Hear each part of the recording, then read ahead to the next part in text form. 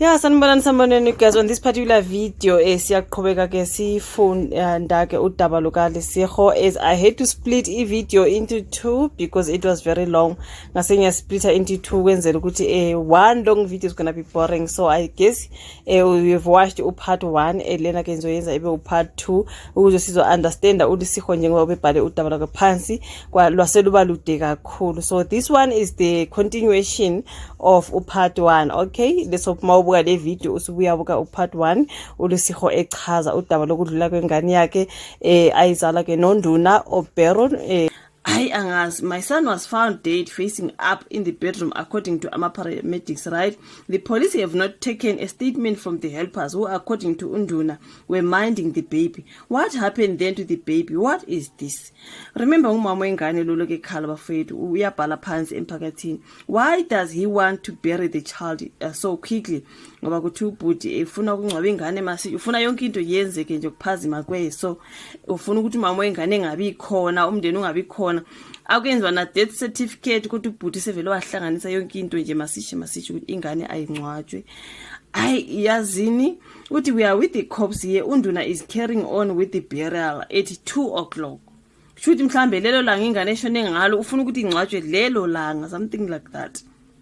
Okay, uthi no ways, I need an investigation into this. My son died of unnatural causes.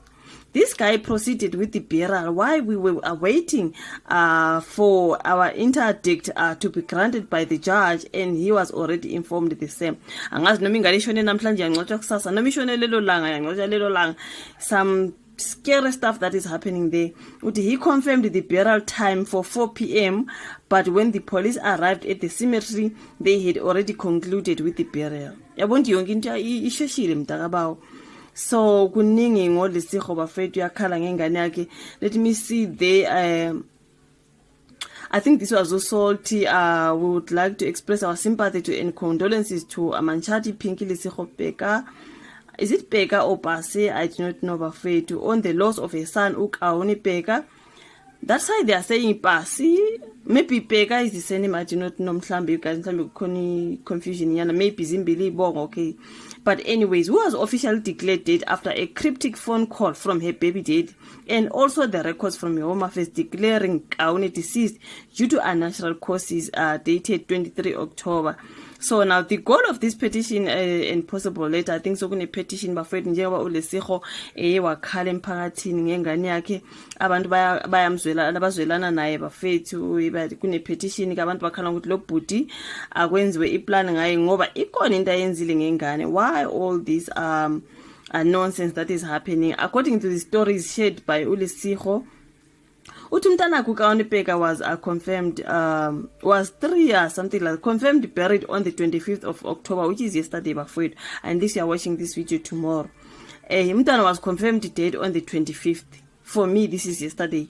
Just before 4 o'clock, police arrived in cemetery only to find out Oberon Mutsuvuki, baby daddy, popularly known as uNdhuna, for shortcut for Ndhuna Civil Engineering, a company owned by him, had already buried umntana Kaone Beka even after being notified of a court interdict being granted to him on the day.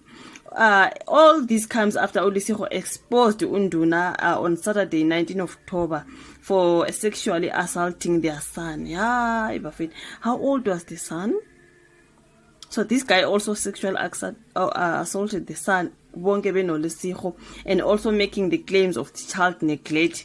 For stories posted by uLesego, she confesses that uNdhuna has been making threats to an alive Kaone beginning of this year in January, with emails attached on her Instagram stories confirming their son was temporarily staying with ubaba uNdhuna under orders 1.1, 5.1, something like that. That was made on the 9th of May 2024, filed by the applicant Oberon Mutsuvuki and the respondent uManchati Pinky Lesego Beka, stating that uLesego will have a contact to Kaone under the following circumstances, something like that. I think bekubangwa ingane, something like that. Yagcina ingane ke seyihlala noyise, ekuhlaleni kwaye noyise angazi ukuthi uyise wenza mkhuba abantu laphana bafethu. Hayi, istory sabo side angeke ngiye kuso sonke, but uNdhuna ke ekuhlaleni kwakhe nengane ingane naso ukuthi uyidrownile mayidrownile ishona namhlanje ingane isiyangcwatshwa zukuzuku. Yazini, this whole story is just so dodgy. It's very very dodgy bafethu. Angazi ukuthi ubhuti besenzani. Kuthiwa ke there have been so many incidents lapana awe abuse where uNdhuna will threaten and cause physical harm to uLesego and the late baby Kaone.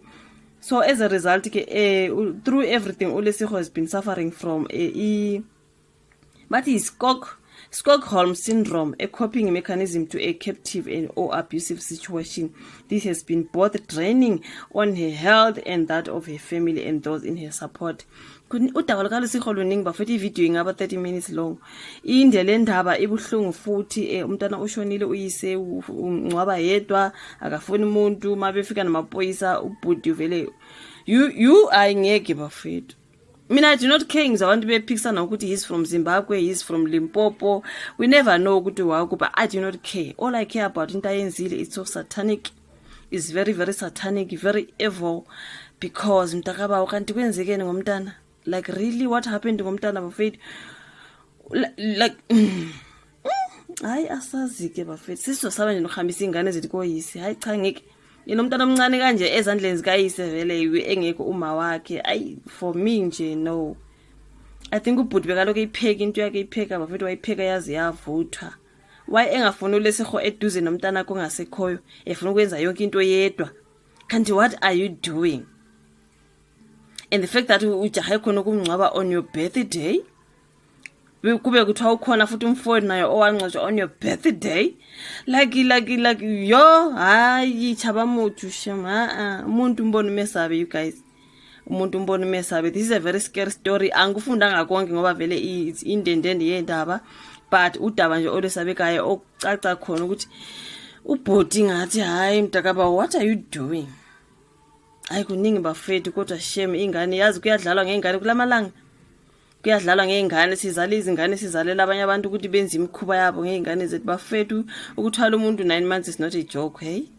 It's not a joke. Condolences to uLesego bafethu.